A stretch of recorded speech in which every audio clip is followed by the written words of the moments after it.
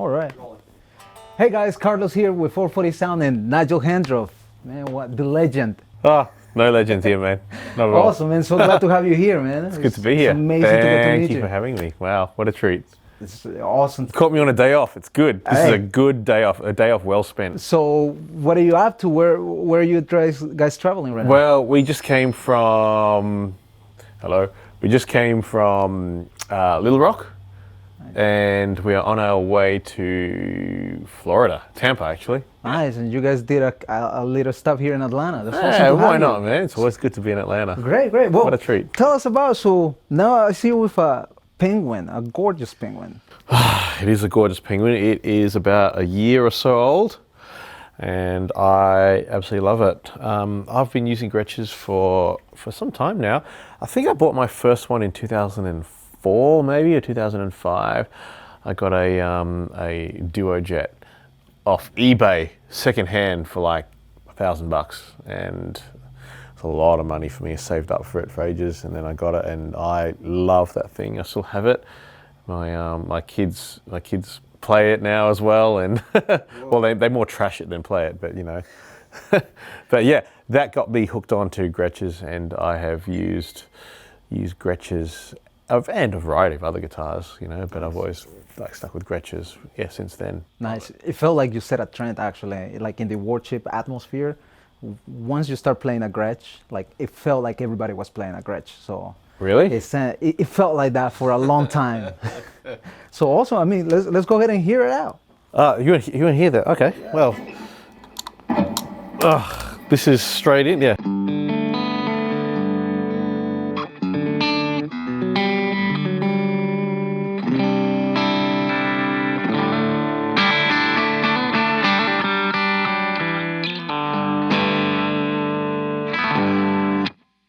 It's got that chime to it, you know.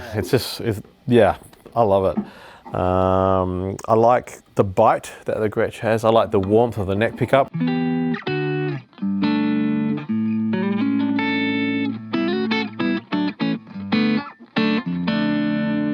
Middle pickup's got like a really nice jangle.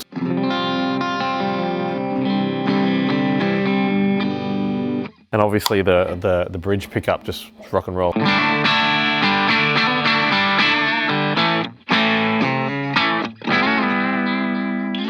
Yeah. That's cool, this one. Yeah, this is the Penguin, the limited Casino Gold color, and I've been playing it, like I said, about a year. I've had it for a year now, and I love it. I think actually the first time that I'm seeing a color like that on a penguin, because usually it's Me white too. and It's black. usually the white or the black, or yeah, 100%. A lot of my friends have the white or the black ones, and this is unique, and I love it. Yeah, it's cool. This is my pedal board. There it is. It's a bit of a mess at the moment. Like I said, I'm in the middle of a tour, and our backline guys have half the bits, so we've patched it together to make it work, and it's good. But yeah, this is essentially the board, and my signal very quickly comes into a junction box here, and I run into a prism and into a bloom, and then from there it goes into the looper. So the prism and the bloom, made by Jackson Audio Pedal Company, they sit outside the looper. So they're my always on pedals. Okay, and then from there it goes into like a POG, some drives, volume pedal, and then all my time-based effects like my modulation, delays, and reverbs. Yeah. Nice. So when you're writing, especially all the songs that we know from Hillsong, when you're writing these parts, are you basing a lot of what you write on some of the pedals, or you already have like an idea? Why don't you walk us through how is your process of writing for these worship songs or any project that you're working on? It's always different. It's always different each time. There's never a set formula as such. Different songs inspire me in different ways. Sometimes I'll have a song brought to me that's pretty much finished and just needs guitars on it. So, working with our producer, I'll sit down and see, we'll flesh out some ideas. Well, I might just try some basic rhythm stuff, and then from there try some higher parts and and then I'll always base everything off the melody. The melody and the lyric is the hero of the song, and what I do needs to support that. So I'll always be listening to what the melody is doing, and then basing parts off that. Now, obviously, there's a whole band, I guess, that that gets that's a part of creating the sound, So I'm listening to what the drums are doing, what the bass, what the keys parts are doing, everything. Sometimes the song has nothing on it, so it's just lyric and melody and some basic chords. So that way, in a moment like that, I can have a bit more creative freedom. But it's really different each time.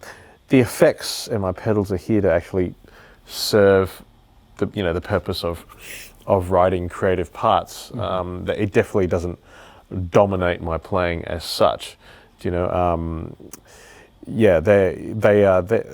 people use effects and pedals. They think, if I buy more pedals, buy more effects, then it's going to help me with my playing. We all like that. To a certain extent, that's true, but it doesn't take away the ability, your ability and necessity to actually practice and learn your instrument well.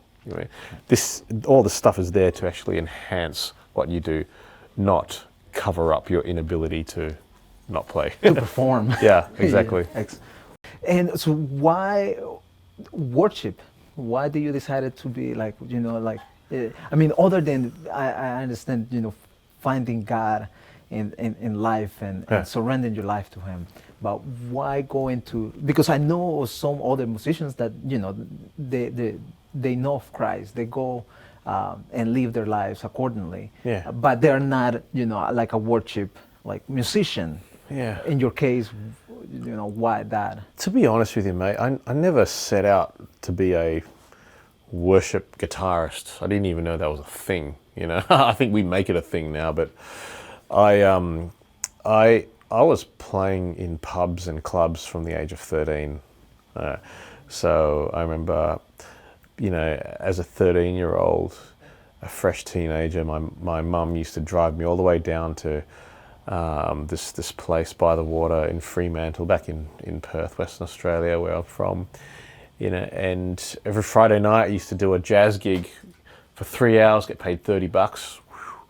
And but that's where I cut my teeth, in learning guitar and and figuring out the instrument and playing in bands. And so when I came to know the Lord when I was 15.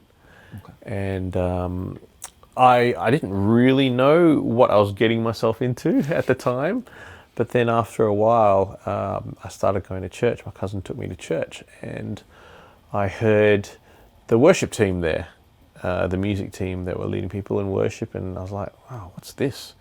It's kind of really weird, and the music didn't sound very good, and the singers weren't singing in tune and all that stuff. But after a while, I felt like God opened up my spiritual ears to the sound of worship. And I can't really explain what that was, but it was quite like, it was like listening through the bad notes, but hearing the sound of worship. And from that point onwards, I felt like I was sold out to it. I still spent a lot of time playing in pubs and gigging and all that, but the more I did that, the more I felt it was just, it was like a means to an end. It wasn't really fulfilling me. It was making me a great musician, but then I still kept getting pulled back into church, and I just wanted to bring all that stuff, that knowledge that I gained by playing, all over the place. I wanted to bring to church and help church musicians become better, because I figured, the platform of God is holy and God deserves our finest. So I wanted to help encourage and inspire musicians to actually bring their best, because we serve an excellent God who deserves our best, So that's, I guess, it's all of that stuff that's intertwined and just pulled me into the church and want me to just serve all out. Well, and let me tell you something, as a testimony, you're seeing a guy that actually followed that path because of seeing you. So that's awesome. That's cool, man. Thanks. That's great, man. And to be honest, I think just like me, to thousands and other musicians, I think will agree with me that they felt the same way when they see you and your excellence. and therefore you have been like an inspiration for us.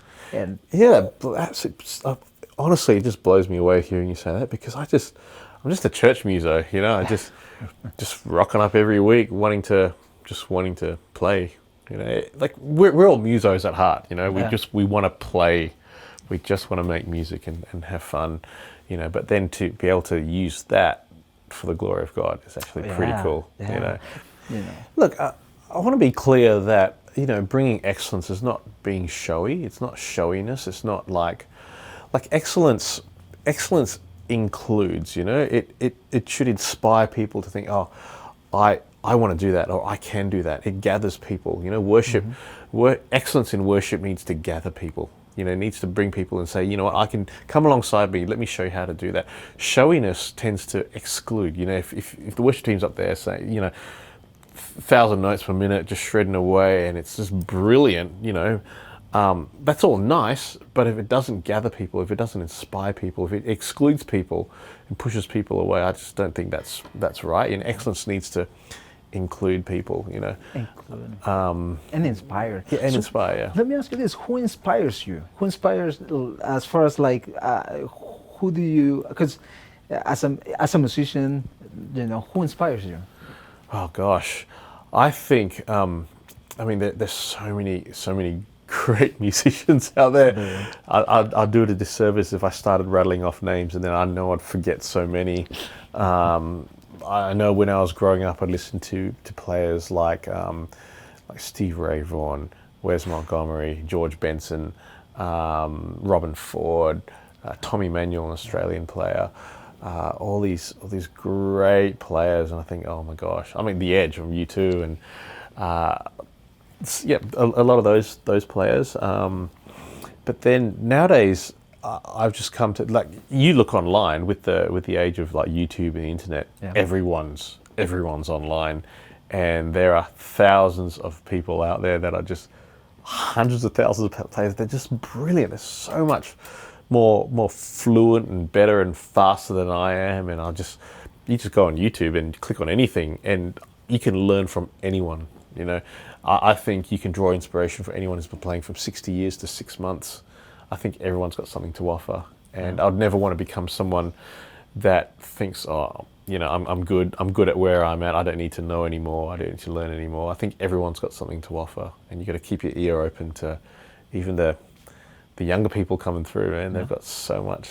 They're you know, we've given a great platform for them to jump off. So Yeah. And even right now, like we were talking earlier, that, you know, how busy we get in life. How do you, and with all the music that you get thrown at, on your busy schedule and your busy life, how do you tend to get inspired? How do you keep yourself inspired to do, you know, what you do? You know, I'm always listening to new music. I'm always asking friends what they're listening to. We're sharing playlists. My wife loves like listening to different like styles of music that I like, and she's always throwing like stuff at me, and I'm loving it, and it's great. Like I to be honest with you, I need to make more time to sit down and just be diligent in listening to more stuff. But yeah, I think I just always have the radio on, you know, when I'm driving, or there's always new music out there. I like pop. I tend to like pop and funk and jazz, that style of music. Who doesn't? Yeah, well, who doesn't? That's correct, you know, and good old rock and roll as well. I love that, and I don't know, just trying to keep my ear open to you know, to all the new stuff out there. But there's so much new material coming all the time. I can't keep up, but yeah. Sure. Yeah. So like we were talking earlier, how an inspiration you are, especially for, you know, like new beginners. What advice would you give them, like, for those who want to follow your steps? Wow, good question. I would say be honest and true to yourself as a player.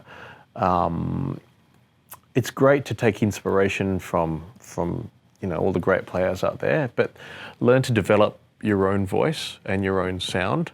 It's great to stay, you know, like I want to sound like The Edge, or I want to sound like me, or whatever, you know. And take some inspiration from that, but also develop your own style. You know, be true to yourself. Be true to, you know, yourself as a musician. I feel like I spent so many years of my life obviously modeling my sound off this person or that person, or listening to great players, and you throw all those things into the mix, and then it becomes you. You put your expression, your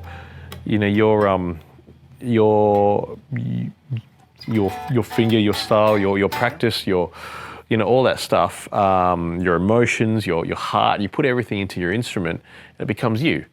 I feel like I'm at a stage now, like I've got so much more to learn and to improve on as a player, but I don't feel like I need to prove myself anymore. I'm not trying to prove my self-worth, or whether people like it or not. This is who I am. Take it or leave it. It's okay, and I'm not precious if people don't like my style of playing, or don't relate to it, and that's okay. I'm really comfortable with what I bring. I think what I bring is quite simple. I'm not trying to be flashy. I'm not trying to be like Joe Satriani. I'm not trying to be like this person. I'm not trying to be like that person. I'm just trying to be me. I'm comfortable in my own skin now. And I think it's really important for all musicians to get to that place of just being comfortable with who they are. Because once you find that place of peace, or that just when you can relax into your own skin and and what you bring, you can then be a whole lot more creative.